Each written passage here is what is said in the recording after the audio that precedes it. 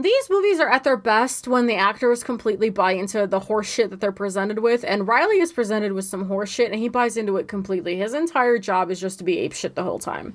Yeah, I mean, he's just like a wild guy going around biting people and being like, "Welcome to the army." Just we're from Seattle. It's great.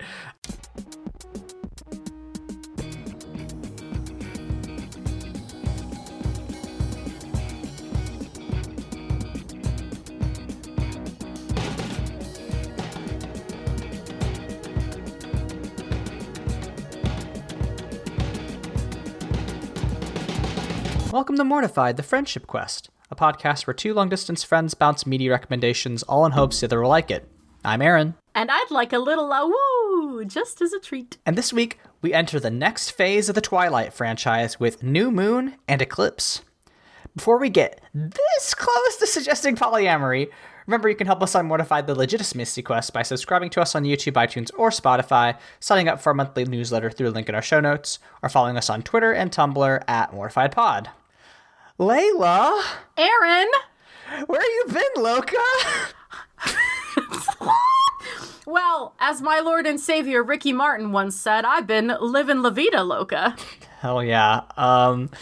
It's been the holidays, you know. We missed an episode, but life happens. We are very, very busy. But we are back and better than ever. We are going to talk about a franchise that has haunted me personally for the last, 10, 15 years of my young life. Really, really dig into some of the nuances of the Twilight oeuvre because, you know, everybody knows Twilight, right? Everybody knows Edward and Bella and their love story. But this gets into some nuances, some politics, and introduces Jacob, you know, the third wheel of the love triangle. You know, those wheeled triangles. Just like before we talk about it, what is your experience with New Moon and Eclipse? Because this is the first time that I saw either film. So funny that you say that, because I watched Eclipse this time around like I've never seen it before.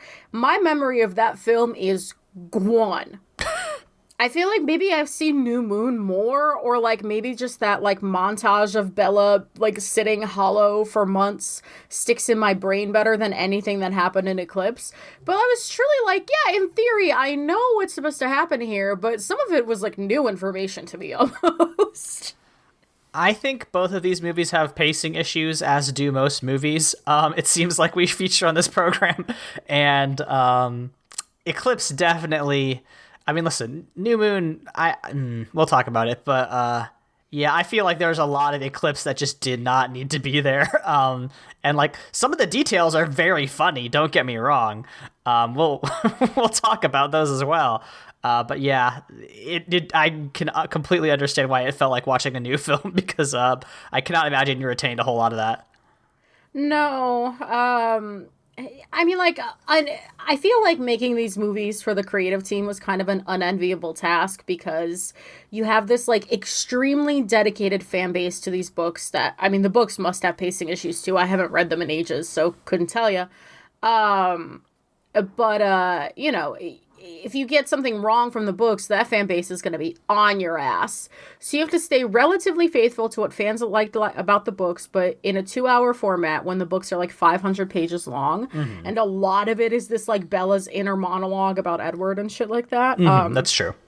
So deeply unenviable task. I would be very interested, not in a full remake, but like in somebody maybe writing a script adaptation of like, how could you adapt like Twilight and actually like mess with the source material a little bit to actually make like a watchable, well-paced film.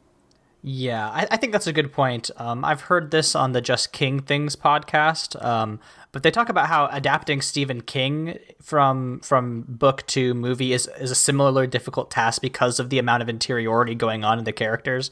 So like the thing about, you know, all of these films is that like not a whole lot happens. There's like a couple, you know, big climactic things, but a lot of it is just kind of like Bella's feelings.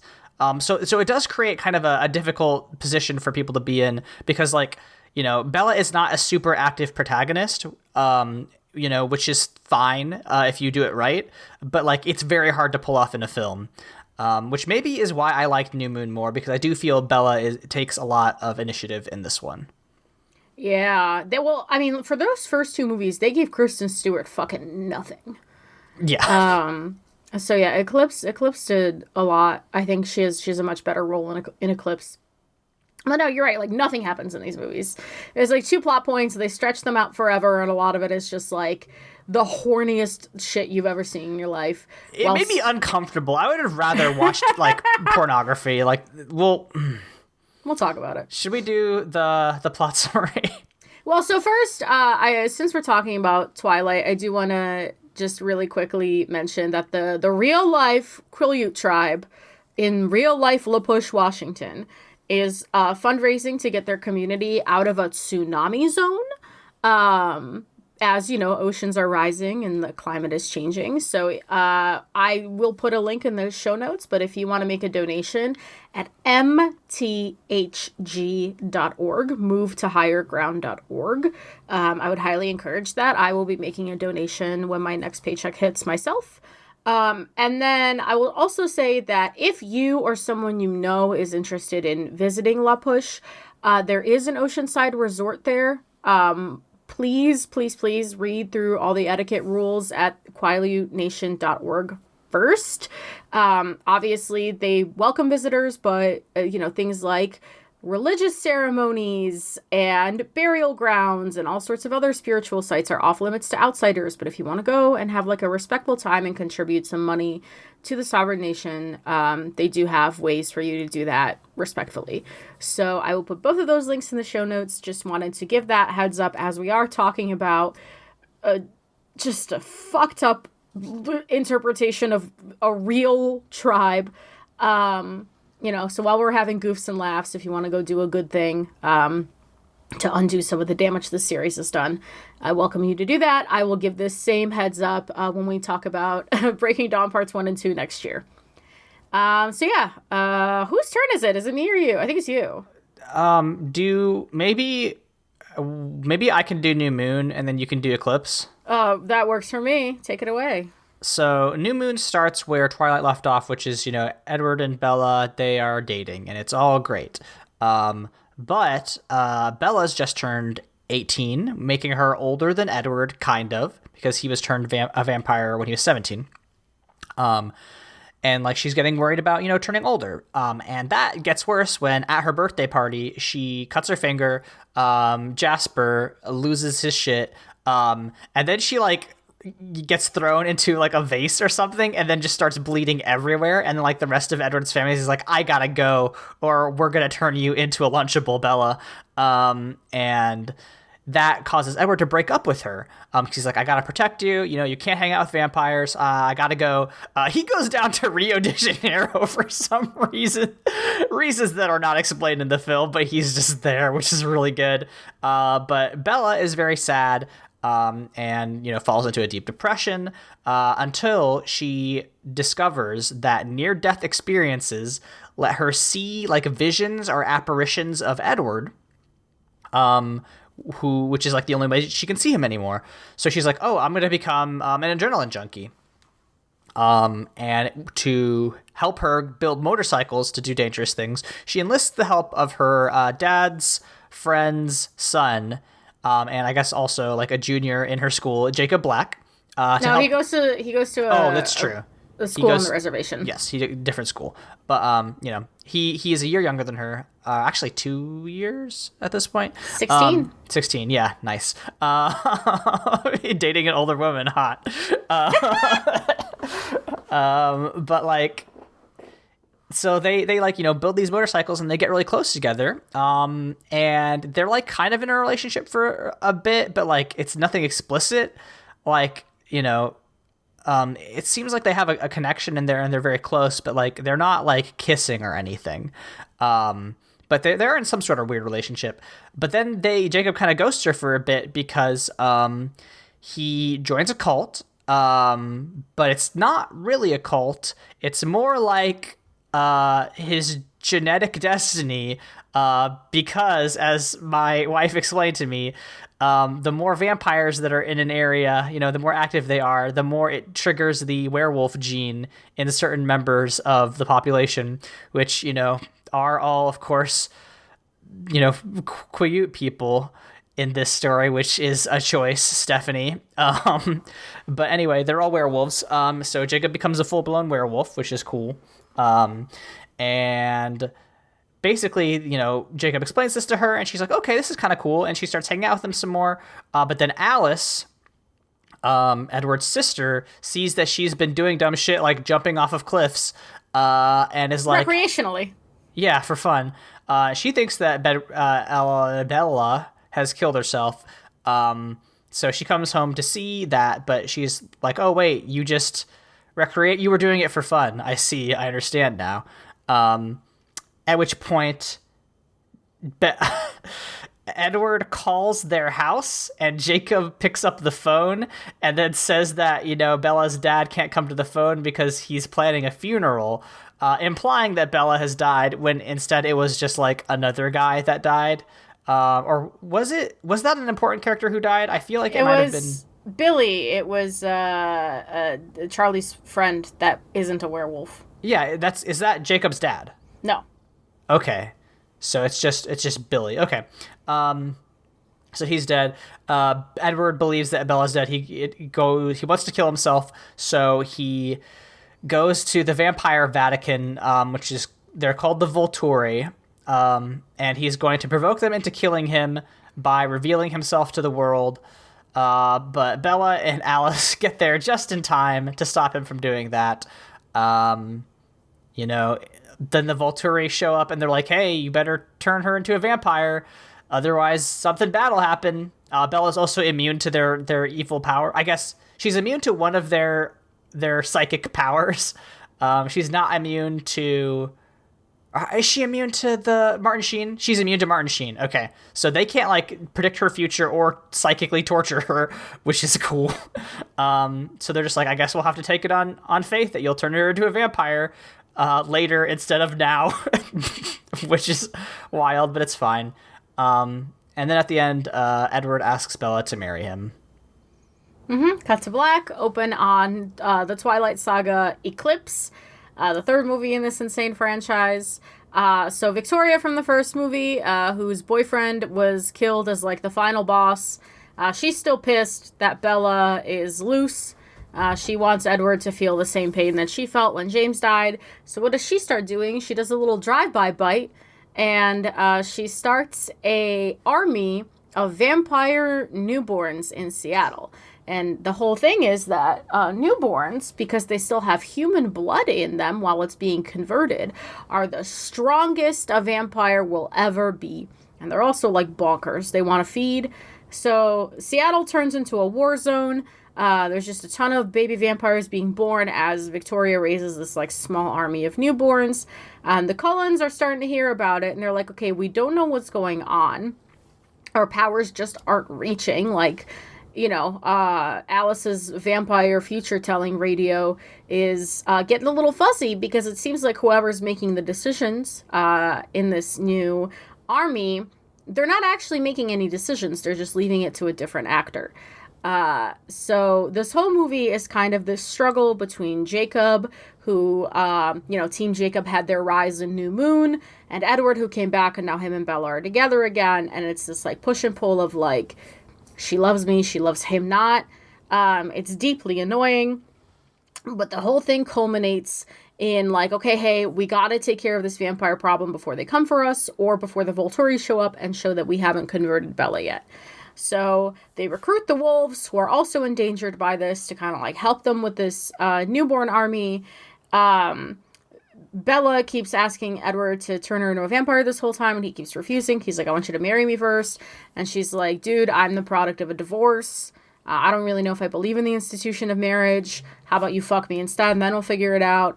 And then Edward goes on this whole spiel about how he's old-fashioned and would have courted her. It's really weird. It's stupid. It's really dumb. It's so dumb. We'll talk about it. You can even see a little bit behind Robert Pattinson's eyes. a little bit of the pain kind of leaked through while he was delivering those lines. So there's this big final battle. Obviously the newborns don't stand a chance against more experienced vampires and werewolves that they can't see coming. And then it comes down to Victoria and Riley, the first, kind of newborn she converted, fighting Bella and Edward. It's this big climactic fight. Victoria dies. This movie doesn't concern itself too much with the battle. It wants to concern itself more with, like, the emotional fallout of all this violence. Bella, who at this point has been forcibly kissed by Jacob, and then apologized to, and then still, like, has to kind of, and then willingly kisses him, and has to, like, kind of make up her mind in this love triangle. The whole fallout of it is basically, like, yes, I love Jacob, but I love Edward more, and this wasn't a struggle between choosing between the two of you. It was choosing between, like, who I am and who I want to be. As in, like, do I want to be, like, human, or do I want to be a vampire? And she just says this whole shit about how, like, I've never felt more powerful and more myself than, like, when I'm among vampires. So, like, I'm choosing this life for myself. Mm-hmm. So that's Eclipse. We leave off on, like, one of 40 proposals from Edward to Bella. That's the movie, and we'll be back for Breaking Dawn parts 1 and 2. I believe we're doing that in February as part of, like, our Valentine's Day month of content. Yeah, it's gonna be real romantic. Can't wait for a book that they didn't have to split. We can't. We'll talk about it later. Well, they split. Listen, it was the era of splitting movies. Yes, right. Yeah, right. I think we've largely gotten over that. We're not just being like, let's do a part 1 and a part 2 to make more money. But no, now the YouTubers are doing that with their 9-hour video essays. We're in the middle of the 9-hour video essay. They're like, in the next video, Billiam. Quentin watched a lot of Lost content the last week. God. And he's like, oh, my third video, totaling now more than 10 hours of Lost content. So yeah, that's for YouTubers now, not motion pictures. Yeah, that's no good. Let's do a character rundown. I mean, it's hard to say anything about Bella, I feel like, for the reasons that we talked about at the beginning of the podcast. She's just kind of an object in a lot of ways. She very rarely makes decisions for herself.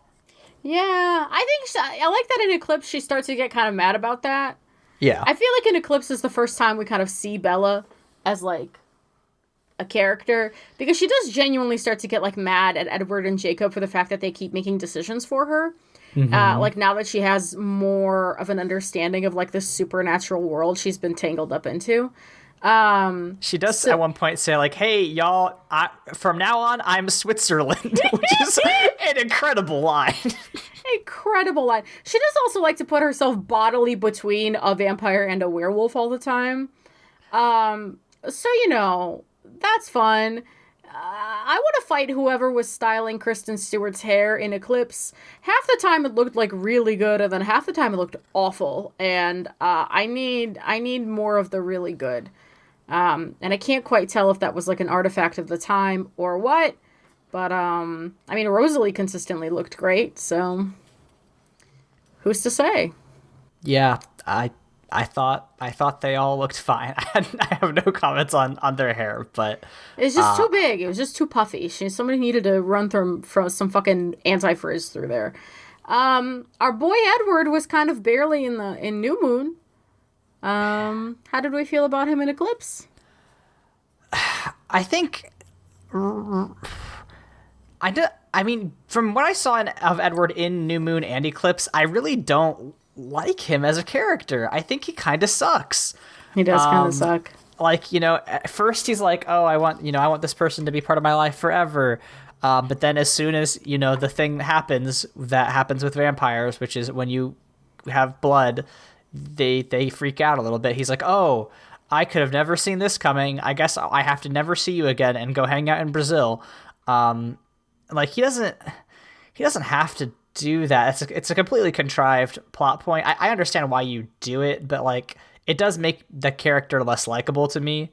And just in Eclipse in particular, in Eclipse in particular, he does this thing where he says he like tries to bait Bella into saying something about Jacob while Jacob is like within earshot. This is like right after their camping trip, I believe. Oh, he tries to bait her into talking about their engagement, which Jacob didn't know about yet. Yes, right. That sucks.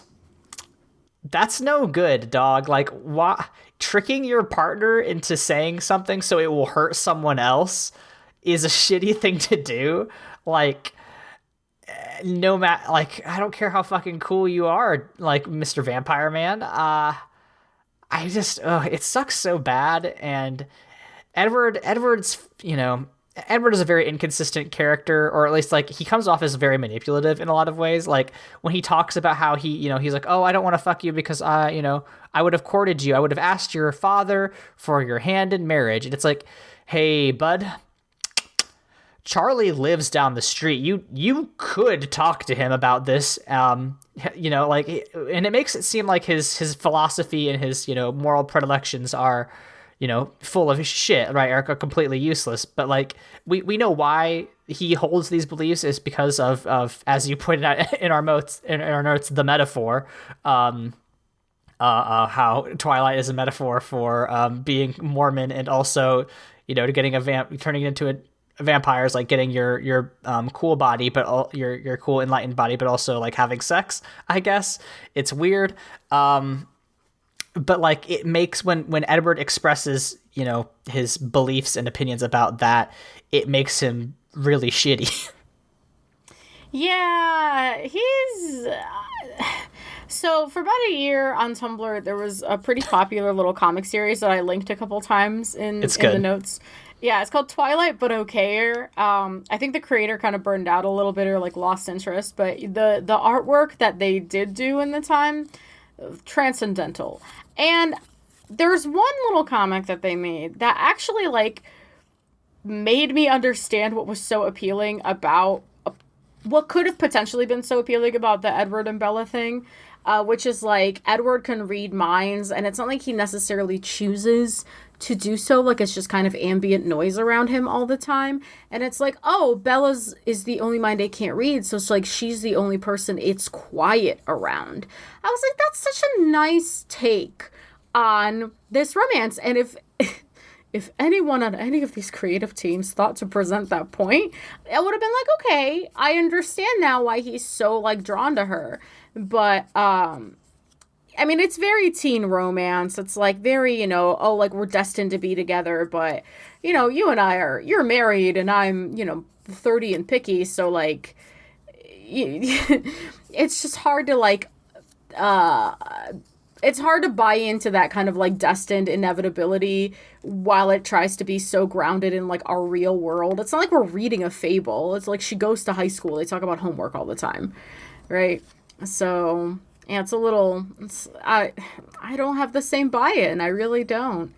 And Edward's rude. Yeah. I mean, I think that's it, right? It's just like a target audience thing. It's just like, now that we are like full grown adults, it's like, oh, well, that kind of like all-consuming possessive relationship is not really as appealing because we've seen what happens to people who are actually in those kind of relationships, and it's bad. So yeah, not for me. But you know who is for me? Yeah. Why don't you talk about your newfound love for Jacob Black? I feel like I'm kind of on Team Jacob. He kind of shits the bed at the end of Eclipse, but like I really liked him in New Moon. I thought he was really fun. I think Taylor Lautner did a really good job, given the material he was working with. But like, I think like when he is being a goofball, he's really good. When he has to deliver the serious lines, like it's very hard to do. But I think I really liked Jacob as a character just because like he does have this like, oh, I'm trying to impress this older girl kind of vibe, which is like, oh, this is, he like kind of knows he's out of his league in some ways, which I think is very charming. And also just like there, I think he brings up a lot of good points about being a werewolf, which is like, hey, I won't try to murder you. And then like we immediately get, somebody that is dating a werewolf and was, injured by them when they transformed. And it's like, well, that's not actually true, which is a weird point to make. But like, I just, Jacob is, not to, no pun intended. Jacob is the underdog in this situation, right? Because he is going up against, Edward the vampire, right? But, not only that, is he younger? Is he, doesn't come from a rich family?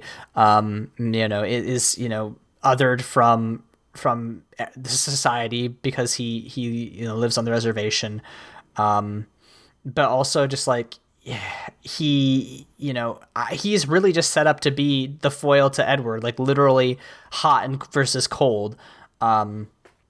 But like, it is because he is like in such a disadvantaged position that I think he is much more endearing. And I just think that he's also funnier. Just like there's a bit where they're like camping, right, in Eclipse, and Jacob shows up because Edward didn't think to bring a blanket for Bella or whatever. And she's like freezing to death on this mountain. And Jacob shows up and he's like, I could hear your fucking teeth chattering from the next mountain range over. Like, and then he like, because he has a super warm body temperature, goes and cuddles with her. And then he's like, listen, Edward, let's face it. I am hotter than you, which is this is a stupid pun. And then immediately following that, Edward's just like, can you keep your thoughts to yourself? And Jacob's like, shrug, because he's there shirtless, and it's very funny that Edward can read his mind. It's just like, I'm thinking about fucking your girlfriend. There's nothing you can do to stop me. Just like, I love Jacob in these films. He does some shitty stuff, like he kisses her without her consent, which is shitty. But then when she punches him, she breaks her hand, which is so funny. Just like all of the actually like genuinely funny bits in this film are from Taylor Lautner. So like, I really like Jacob. I know what happens at the end. I know that it goes down a bad route, but like right now I like him a lot. Yeah, it goes down a bad route. The explanation for the bad route is fascinating, and I can't wait to get to it. Yeah, the forced kiss is a thing. I do like that he apologizes for it, yeah. And makes a point of being like, hey, like I understand that like I crossed a line, like I will I should have waited for your consent before, but like I will, like this is me reinforcing that from now on, like your consent is paramount to me, which I liked. I was like, okay, like we can forgive him for the kiss. Like he's apologized, he's made amends, he's like making a point of understanding what he did was wrong. He is genuinely very funny. Also, fun fact about real life Taylor Lautner, his fiance's name is also Taylor. Mm-hmm. So they're going to be Taylor Lautner and Taylor Lautner, which I think is very funny. Really good. The other funny thing about Taylor Lautner, the fiance of the actor Taylor Lautner, is that she made a TikTok where it was the trend was like, what was your crush when you were like a teenager? And then who did you end up with now? And her crush was actually Robert Pattinson, as I would call it. That's so fucking funny. That's so good. Truly fucking incredible. What a great they both seem to have like a fun sense of humor. I'm happy for them. Yeah. But yeah, so I like Jacob too. I'm with you. Watching these movies now is like someone who's not like invested in the interiority of like Bella and all the things she like sees in Edward. Just watching these movies, I'm like, no, Jacob has some points actually. I see it. I get it. But yeah, they're fun. But you know whose team I'm on the most? I think I do. Charlie Swan. That's right. Number one, long-suffering dad, just trying his best for his absolutely batshit daughter. Just like, oh, God, Charlie, you deserve so much better. You deserve the world, Charles. My favorite line from him is like, and you're grounded for the rest of your life. I mean, like, she does just go to Italy and steal a car with little to no notice. Yeah, she does do that. She left a note, which I thought was very funny. I guess. Yeah, Charlie Swan is really just trying to look out for his kid. He's a good dad. At one point, Bella was talking about, they were talking about Riley, who was missing, and Charlie's like on the case because Riley's from Forks. And Bella, was like, well, do you want his parents to like give up and like stop plastering his face everywhere? And he's like, I wouldn't, not if it was you. I was like, he's a good papa. He's just doing his best. And I hope that one day he finds a cool MILF and lives happily ever after. Charlie Swan deserves the world. He sure does. There's a lot of other characters. I don't know how much we can talk about all of them, but we're going to try. How did you feel about the wolf pack, and especially its leader, Sam? Honestly, I don't give a shit about Sam. Sam's kind of boring to me. Yeah, he's fine. He's fine. I love Leah because she's mean.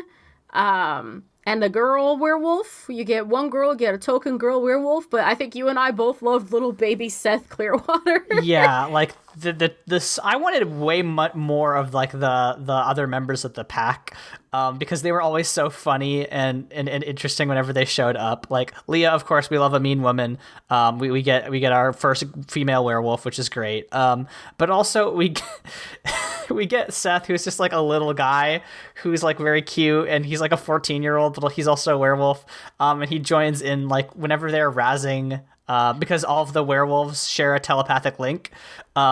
So they're always like, whenever Bella comes over, they all, and with Jacob, they're always just like, oh man, finally.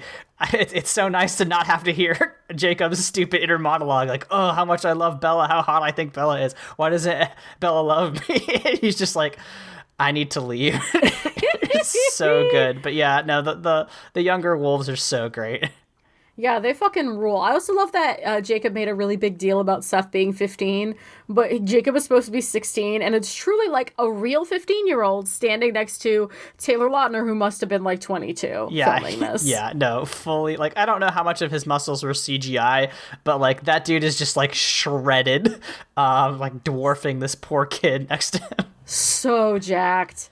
The Cullens are the Cullens. We do get some backstory on Jasper and Rosalie, and in this movie, you want to talk about Jasper? So, the thing about Jasper that they reveal in Eclipse, they're getting ready to train for to fight against the army of newborns, and Jasper says, all of the training that I did in the Confederate Army didn't prepare me for when I had to fight newborns. And then he has a whole weird backstory where like a Mexican vampire like made him her newborn trainer, which is wild. He calls all the bite marks on him battle scars. But like he said he was the youngest major in the Texas Cavalry, which means he probably served under General J.B. Hood, famous Confederate cavalry officer, which like was Jasper at Gettysburg.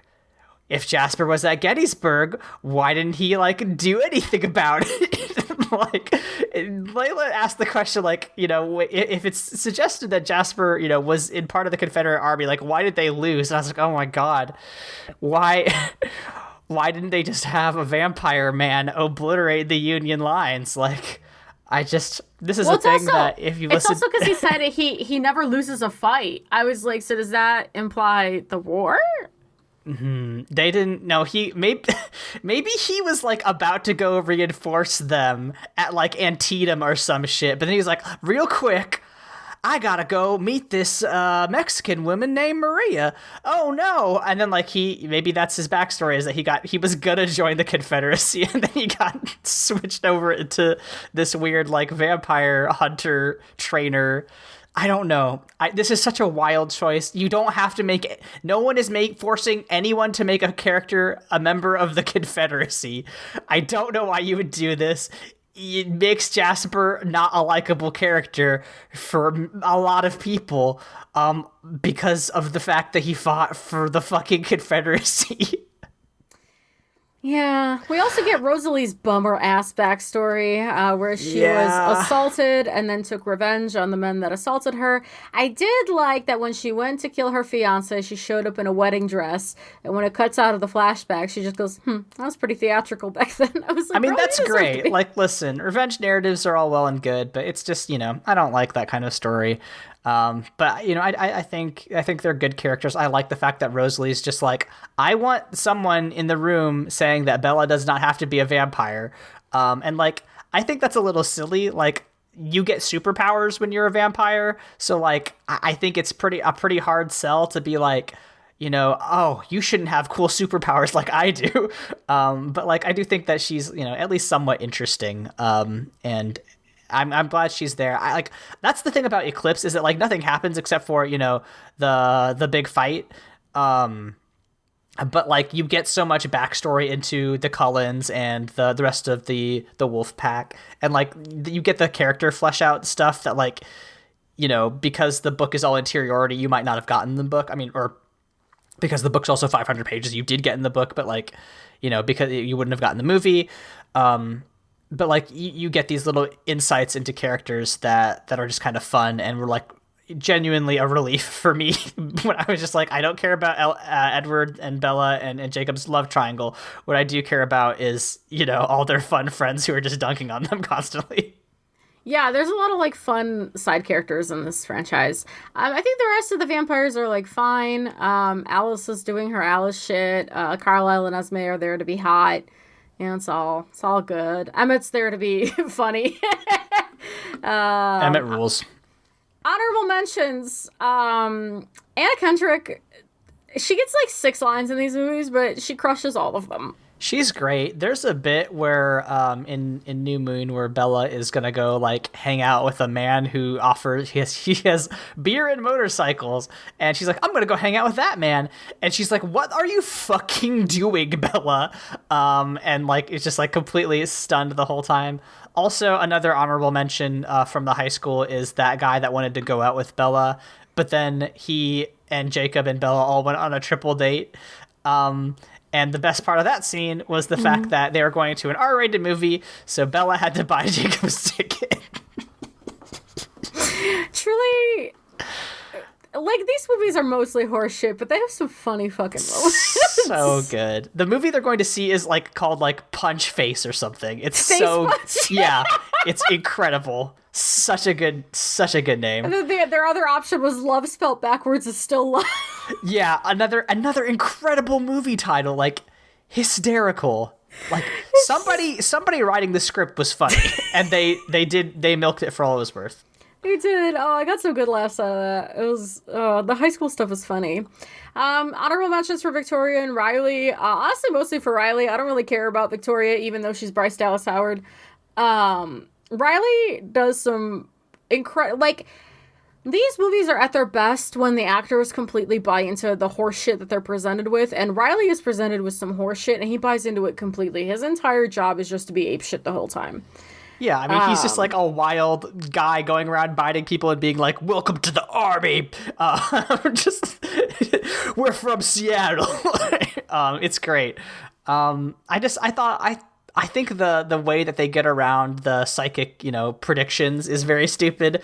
It's just like, I don't know why they can't just see Victoria, pulling all the strings behind Riley. Like, I think that's really dumb. But I just like that Riley at the very end, Victoria was like very, very patently lying to him about being like, oh, I'll love you forever. You just got to do this one thing. Just kill the werewolf. And he was like, yeah, you're right. Our love is so powerful. It's stronger than 1,000 suns. And then he, gets exploded in his head, gets smashed like a marble statue. And it's great. Yeah, I have some questions about the, like, service range of the Cullen's powers. Because Edward says he knows Victoria's getting close when he can start to hear her thoughts. But he can hear Alice's thoughts from Rio when she's in Forks. The fuck is that? Yeah. Wild. It doesn't make any sense. Listen, makes no sense. Listen, sometimes you have a contrived plot. It's weird. It's silly. But I'm glad that we just got to see a bunch, like, I feel so bad for the newborns. They just got obliterated. It's just like a bunch of really cool wolves and whooped their asses. Just wrecked. Wolves and a Confederate officer. Yeah, so my last honorable mention are the two of the Volturi, which is Arrow and Jane. Arrow, played by Martin fucking Sheen, king of buying into weird shit. And Dakota Fanning, who really just came in to serve cunt and cause pain. They're great because they show up as, like, part of the vampire mafia. And when Arrow finds out that Bella's thoughts, like, she's like a psychic shield, the little giggle he does has been in my mind since this movie came out. Like, he's just hysterical. And Dakota Fanning is just there to look lightly feral the whole time. And I love that for her. Yeah, I mean, I think Dakota Fanning should just be able, like, I think that we as a society, like maybe like a small percentage of my taxes should go towards some sort of research into giving Dakota Fanning the ability to cause people psychic pain. Because I think that she's earned it. I also think so. I think she looks great doing it. I'm pro. I think it's very, very funny. Aaron, what are your thoughts on the institution of marriage? Well, as a married man, Leyla, I am pretty pro-marriage. I think there's like 5 discrete episodes where I talk about how much I love my wife on this podcast. So like, considering we're watching these movies because of your wife, I feel like this is also an appropriate one. Right. I watch these films with my wife right next to me on the couch, giving me important plot critical information that I was like, this is wild. Oh my God. I mean, I don't know. I'm pro. I understand why a lot of people aren't, and I think there's a lot of valid points. I think that historically marriage has been rooted in patriarchy, and that's not great. But like, I like my wife. Yeah. I think you have a great modern marriage. As my friends know, I am currently seeking marriage. I accept all sorts of proposals. But 775 573 8882. So, yeah, this movie, so we watched 2, the end of New Moon and then all of Eclipse. The idea of marriage is so interesting because the author, right, Stephanie Meyer, is Mormon. But the movies have to reckon with the idea of marriage for a modern and mostly secular or otherwise non-Mormon Christian audience. So it's like, Bella has to go to her dad at one point and be like, Dad, why haven't you gotten remarried? I thought you kind of gave up on the whole institution of it. And I'm sitting there watching this movie and I'm like, I cannot puzzle out what the take is here. Are we pro? Are we supposed to be anti? Is marriage supposed to be like this new sexy frontier this vampire flick is presenting to me? I mean, it kind of is, right? Like... So, you know, I don't want to use the word reactionary to describe, you know, the philosophy that's going on here, but like, the A More Civilized Age podcast talks about this when they talk about, in Andor, Mon Mothma's kid becomes essentially a trad Catholic. And they talk about how, like, you know, there's a certain resurgent belief that, like, you know, things were better when we did it in the old style, like from the old ways back from, you know, our home countries or whatever.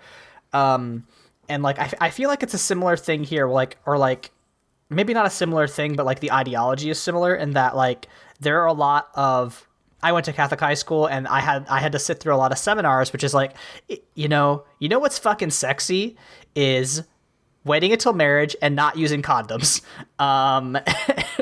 Again, Catholic. But like, I think it's kind of that. It's being like, you know, people want to, you know, now it's all about having sex, and, you know, that's the norm. But what's cool and what's different and what's going to really show it to your parents is by waiting until you're married. And that's why Edward Cullen, you know, won't whip it out until he's, you know, written several letters to your dad and, you know, been on chaperoned walks with you. You know, I really do think that this is a pro-marriage film, or not a pro-marriage film. The text is pro-marriage, but I think the film, the message of the author gets warped because of the way the film has to be adapted, and that's where it gets weird. That's why it's like, it's very wishy-washy, but also, you know, I don't think we can discount the fact that this is like, you know, it's in many ways Mormon propaganda. Yeah, so these movies are like, there's truly a point where Bella tries to seduce Edward, and he's like, "Stop trying to take your clothes off," and that's when he launches into his host speech. And so like you said, vampirism gives you cool powers, but vampirism is also like a metaphor for losing your virginity. So on one hand, it's like having sex will give you cool powers, but only if you do it after marriage. Everyone who had sex before marriage, which is all the other Cullens, they had to partner up to now have their powers. And then you have all the newborns who then had a lot of promiscuous sex before marriage. And then it's a real Mean Girls, like, don't have sex because you will get pregnant and die. Because they do all die. And they never get their cool powers. So it is a bonkers metaphor. And while this metaphor is happening, I would like to point out, this is the horniest 4 hours of cinema I've ever seen in my life. There are makeout scenes that I had to look away from because I was so profoundly uncomfortable. Like, you know, sitting next to my wife, who I am married to, like, I was just like, this is like there's like moaning and like groping in a way that I'm just like, I you know, there's a bit where Bella and Charlie talk about how that she's still a virgin, and like he's like very visibly uncomfortable with it. And he's like, okay, I get it. Yeah. I felt like that watching parts of this film because I was just like, this is more intimate than sex somehow, which maybe is the point, but.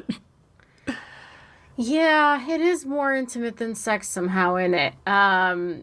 It's a lot to behold. I mean, like, kudos to the choreographers, you know, that did that and directed those scenes and whatever. But I was like, shit, dude, I'm 30 and I'm getting uncomfortable watching these 20-year-olds at the time make out in such intimacy. It's a wild, wild film because, you know, like, sex sells, but sex written by a Mormon lady who still has partial creative control over the films. It's tough to choreograph. Now, you had a question for us. Yeah, I mean, are we at this point in the film franchise, are we Team Edward or Team Jacob? I'm Team Jacob.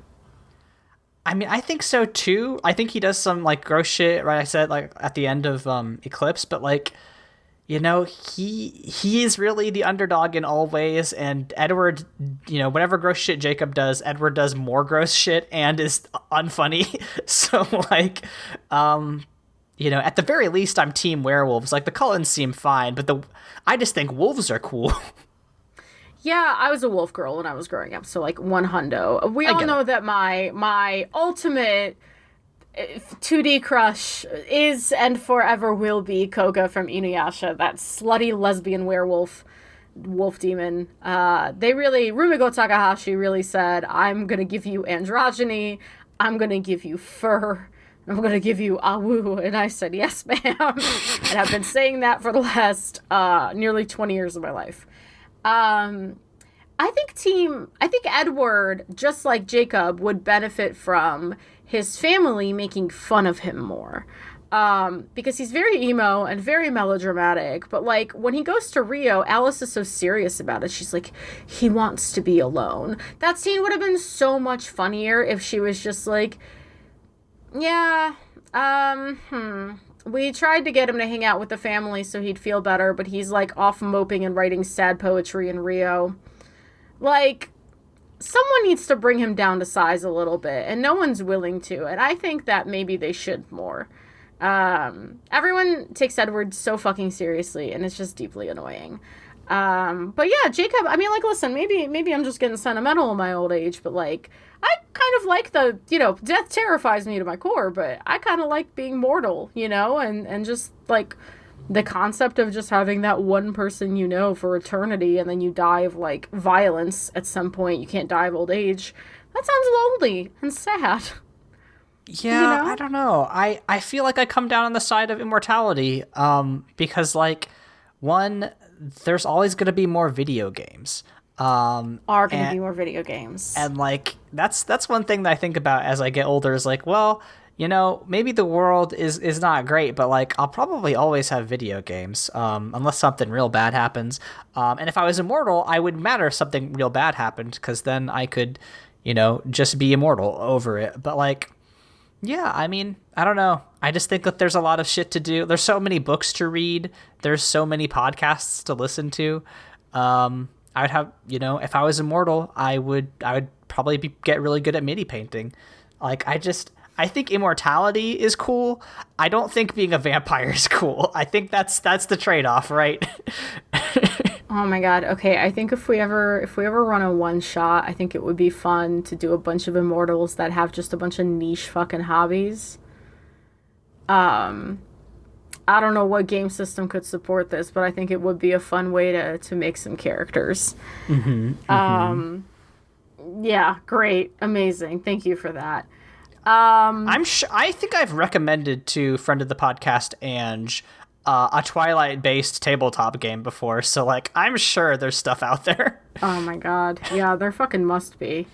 Well, we know what there is out there. I did send you a great link today. Listeners, this is fun. If you're under 18, cover your ears. There are Twilight dildos. And the whole appeal of them is that, much like a thermos, if you throw it in the freezer, it keeps the cold temperature. Which I just think is very funny. It just like won't. I don't know much. Wouldn't it stick? No. If it's frozen, okay. No. Not in theory. I hope not. Okay. Here's the thing that I'm going to ask you a question that will determine whether or not we watch Breaking Dawn parts 1 or 2. Is the temperature of Edward's penis commented on? No, never. Okay, we can watch it then, because Yes. I could not handle These are that. some fandom presumptions. Yes. From a medical standpoint, I just don't understand how the blood gets in there, considering his heart doesn't beat, but that's neither here nor there. Yeah, excellent. Do we have a marketing minute? If we were going to make some sort of cursed pleasure object based off of a fandom that is not Twilight, that I think could have equally popular utilities, what fandom do you think that it would be? I'm just gonna say it. I think She Who Became the Sun themed fist. Well, Leyla, where can we be found on the internet? You can find me at LEYLSAS on Tumblr, co-host. Twitter, technically. For now. Who the fuck knows? Who knows? Aaron, what about you?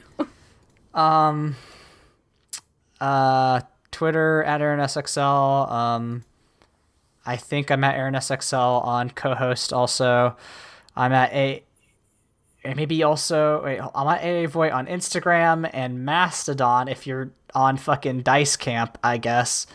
And then Monster Factory Fanfic on Tumblr, because I'm not going to change that one. Oh, exciting also development in our socials. You can now tag us at Mortified Pod on YouTube. I claimed our handle. So if there's some weird shit on YouTube or a trailer for a movie where you're like, wow, those two goobers would probably enjoy this, you can tag us now. Yeah, so do that, maybe. Or call our hotline, or write us an email. We love to chit-chat. Yeah, hit us up. Leyla. Aaron. After this really just intellectually stimulating conversation about Twilight, how are we going to close this episode out? Aaron, where the hell are we going, Loca? We'll see you all next week.